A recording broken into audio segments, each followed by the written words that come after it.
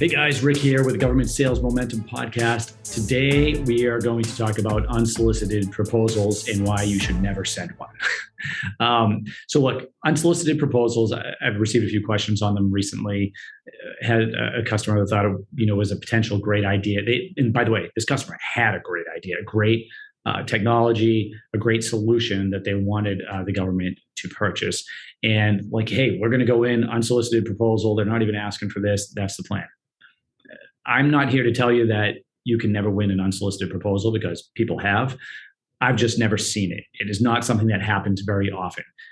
In fact, it's often that there is a real requirement, real funding, and even an acquisition shop willing to put everything together, and a contract still doesn't happen. So when you send this unsolicited proposal forward, you might not have any of those things. So look, you send an unsolicited proposal in to the government. Let's say you've done your research and you send it into a contracting shop, a program office that actually works in the area of your solution. Let's say it's an IT software suite. And you send it in there, someone has to review that. And so immediately you're probably irritating someone who already has enough work to do with this thing that they don't have funding for and they don't have a requirement for. And now they have to review it and most likely tell you no in an official response. Just not a good way for you to get your solution to the government. Because remember, if you're going to go on contract, there has to be a requirement, there has to be funding, and there has to be an acquisition shop that agrees to take that on. Whether they're told to do it or whether they, on their own agree to take that on, put a company on contract. If you put an unsolicited proposal in, let's say it is a great idea, and there is funding. Let's say the shop actually manages to find funding for it and maybe some type of requirement. That doesn't mean they can issue you a sole source contract. If there's anybody else out there, any other companies that say they could do something similar, they have to compete it. So that doesn't mean you're going to get a sole source contract because you put the proposal in. I can think of 1,000 reasons why your unsolicited proposal is going to fail.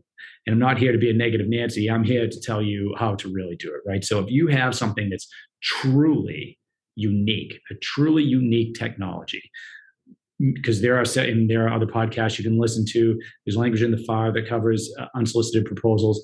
But essentially, if the government's ever solicited for your type of whatever you're proposing, your unsolicited proposal is dead before it starts.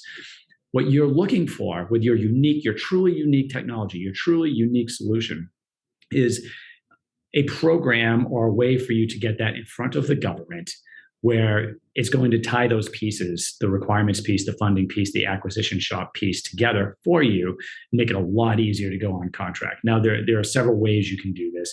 One is relationship-based, where you develop your relationship with an appropriate program office or requirement generator and demonstrate your solution to them and see, where they think it may fit in. It may fit in under a requirement that already exists, or there may be funding that they can shake loose to get you going.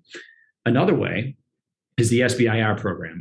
And that's a particular favorite of mine because, and I've talked many times about this topic in this podcast. You can go back and look at other episodes that cover Sbir in detail. But if you have something that fits, a certain category on an Sbir window, you can put a proposal in on that. And what that does is, you don't have to have the funding, the requirement of the contracting team because it's all wrapped up into Sbir, right? Let's say it is very specifically looking for an IT program or IT software suite that you provided in the unsolicited proposal example. You meet all the criteria. For phase one, you don't even need a sponsor. You can just put a proposal in, send it in. Now you have a team of acquisitions professionals that are waiting for these submissions because it's an official program. There is funding. There's Sbir funding for this. They're the contracting shop that's going to put it on, and they're going to help you find someone that might have a requirement for this. So you can see it ties all those things together. Even better is a directive phase two. You can go out and find a user in the government who usually probably doesn't have a clue about how to put you on contract, the user of whatever you sell. No means to put you on contract unless they're using a contracting officer in most cases. And they probably don't have the money or the requirement either. But what's great is if you have something unique and you get it in front of the user, all they have to do is sponsor you for the phase two, meaning they have to say, hey, we think this is a good idea. We don't have any money to put towards this. in most cases. You can check out another episode about how a sponsor might fund something, but there's very little commitment that they need on their part, except for saying, we think this is a good idea. We recommend this for maybe a directive phase 2 SBIR. And then it's up to the Sbir program now to award that. If they think it's a good idea, they talk to your sponsor, they look at the MOU, maybe letters of support, they think this is good, they award you with that directive phase 2. You're being funded with SBIR money. It's the requirement under SBIR. It's the contracting team over there that's doing this for you. So you have all of these things in place, and it makes it a much smoother way to get a new technology product, et cetera, to the government.